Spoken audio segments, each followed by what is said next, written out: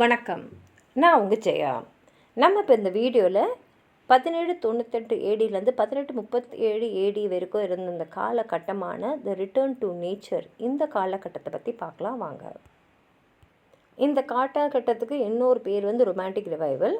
Romantic ரிவைவல்ன்றது யூரோப்பிய லிட்ரேச்சர்லேயும் ஆர்ட்லேயும் 18ஆம் நூற்றாண்டோட கடைசி குவார்ட்டரும் 19ஆம் நூற்றாண்டுடைய ஆரம்ப காலத்தில் 20-30 வருஷம் வரைக்கும் இருக்கிற காலகட்டத்தை சொல்லுவோம். இந்த நேரத்தில் பார்த்திங்கன்னா அந்த கிளாசிசம் அண்ட் நியோ கிளாசிசம் இதில் இருக்கக்கூடிய அந்த ஐடியல்ஸ் ரூல்ஸ் எல்லாருமே வேண்டாம் அப்படின்னு ஒதுக்கிட்டு இன்னும் சுதந்திரமாக இன்னும் சப்ஜெக்டிவாக அவங்களோட எக்ஸ்ப்ரெஷனை ஒரு பேஷன் பேத்தோஸ் பர்சனல் ஃபீலிங்ஸ் எல்லாம் வெளியிடணும் அப்படின்றத எழுத்தாளர்கள் உணர்ந்த ஒரு காலகட்டம்.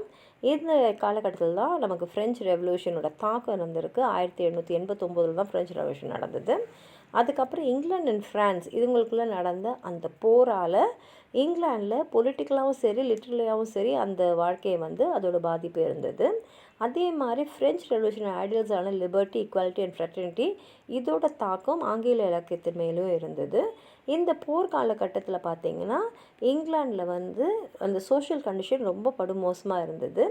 இப்போ தான் வில்லியம் வேர்ட்ஸும் எஸ்டி காலேஜும் சேர்ந்து லிரிக்கல் பேலட்ஸுன்ற ஒரு தொகுப்பை வெளியிட்டாங்க.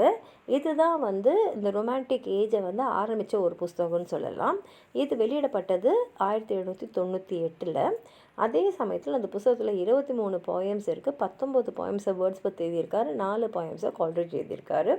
ரொமான்டிசிசமோட சாலியன் ஃபீச்சர்ஸ்ன்னு பார்த்தீங்கன்னா இயற்கைக்கு திரும்பி வருது, ரிட்டர்ன் டு நேச்சர்.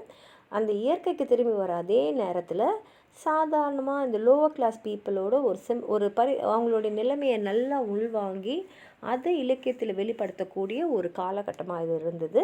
எஸ்கேபிசம் இருந்தது, மெடியலிசம், ஃபார்னஸ் டு பாஸ், அதுக்கப்புறம் ஃபிகரேட்டிவ் லாங்குவேஜ் யூஸ் பண்ண ஆரம்பித்தாங்க, லிரிசிசம் இருந்தது. அப்புறம் எமோஷன் இமேஜினேஷன் மேலே ஒரு எம்ஃபசிஸ் இருந்தது.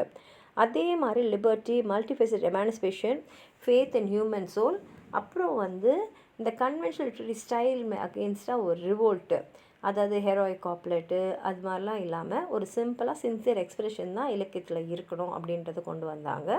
அதே மாதிரி இந்த காலகட்டத்தில் இருந்த முக்கிய எழுத்தாளர்கள் யாருன்னு பார்த்தீங்கன்னா வேர்ட்ஸ்வர்த், கால்ட்ரிட்ஜ், சவுதி. இவங்களை ஓல்டு பாய்ட்ஸ்னு கூப்பிடுவாங்க. லேக் பாய்ட்ஸ்னு இவங்களை கூப்பிடுறது உண்டு. ஏன்னா இவங்க அந்த லேக் டிஸ்ட்ரிக்ட் கும்ப்ரியாவில் தான் அவங்க பிறந்து வளர்ந்ததெல்லாம். அதனால் அந்த லேக் பாய்ட்ஸ் இல்லைன்னா லேக்கர்ஸை அவங்க இப்படி தான் அழைச்சாங்க. அடுத்து இருக்கக்கூடியவங்க ஷெல்லி, கீட்ஸ் அண்ட் பைரன். இவங்களை யங் பாய்ட்ஸ்னு கூப்பிட்டாங்க, ஏன்னா இவங்க சின்ன வயசில் இறந்துட்டாங்க. வேர்ட்ஸ்வர்த் ஒரு இயற்கை கவிஞர், நேச்சர் பாய்ட், அப்புறம் நேச்சர் ப்ரீஸ்ட், அதாவது இயற்கையை அவர் ஆராதனை செய்யக்கூடியவர், அதை வழிபடக்கூடியவர். இவருடைய இயற்கையை இவர் ஒரு ஃபிலாசபிக்கல் ஐயில் தான் பார்த்தாரு. இவர் இயற்கையை பற்றி எழுதுனதெல்லாம் நம்ம பேந்திசம் அப்படின்னு சொல்லுவோம். கால்ட்ரிட்ஜ் ஒரு சூப்பர் நேச்சுரல் போயட். இவருக்கு அந்த மெடிவல் ஸ்டோரிஸ், லெஜெண்ட்ஸ், ரொமான்சஸ் இது மேலெல்லாம் ஒரு அதிகமான ஈடுபாடு இருந்தது. ஷெல்லி ஒரு ரெவல்யூஷனரி போயட். அவரோட லிரிக்கல் எக்ஸலன்ஸ்க்கு அவர் ரொம்ப ஃபேமஸாக இருந்தார். கீட்ஸ் ஒரு சென்ஷியஸ் போயட்டு. இவர் ரொம்ப ஹைப்பர் சென்சிட்டிவ்னு சொல்லுவாங்க. அவருக்கு இந்த க்ரீக் ஆர்ட் அண்ட் கல்ச்சர் மேலே ஒரு தனி ஈடுபாடு இருந்தது. இதை நம்ம ஹெலனிசம் சொல்லுவோம். பைரன் ஒரு போய்ட் ஆஃப் லிபர்ட்டி அண்ட் ரெவல்யூஷன். இந்த காலகட்டத்தில் பொலிட்டிக்கல் பீரியாடிக்கல்ஸ் எதுன்னு பார்த்தீங்கன்னா த மார்னிங் க்ரானிக்கல், இதை கொண்டு வந்தவர் வில்லியம் வுட்ஃபால். அதுக்கப்புறம் எக்ஸாமினர், இதை கொண்டு வந்தது லே ஹண்ட். அதுக்கப்புறம் லண்டன் மேகசின், எடின்பரோ ரிவ்யூ, த குவார்ட்டர்லி ரிவ்யூ. உங்களுக்கு இந்த காலகட்டத்தை பற்றி ஏதாவது சொல்லணும்னு நினச்சிங்கன்னா கீழே இருக்கிற கமெண்ட் பாக்ஸில் எழுதுங்க. இந்த வீடியோ லைக் பண்ணுங்கள், உங்கள் ஃப்ரெண்ட்ஸோடு ஷேர் பண்ணுங்கள். சப்ஸ்கிரைப் பண்ணாதவங்களாம் ப்ளீஸ் சப்ஸ்கிரைப் பண்ணி சப்போர்ட் பண்ணுங்கள். நன்றி.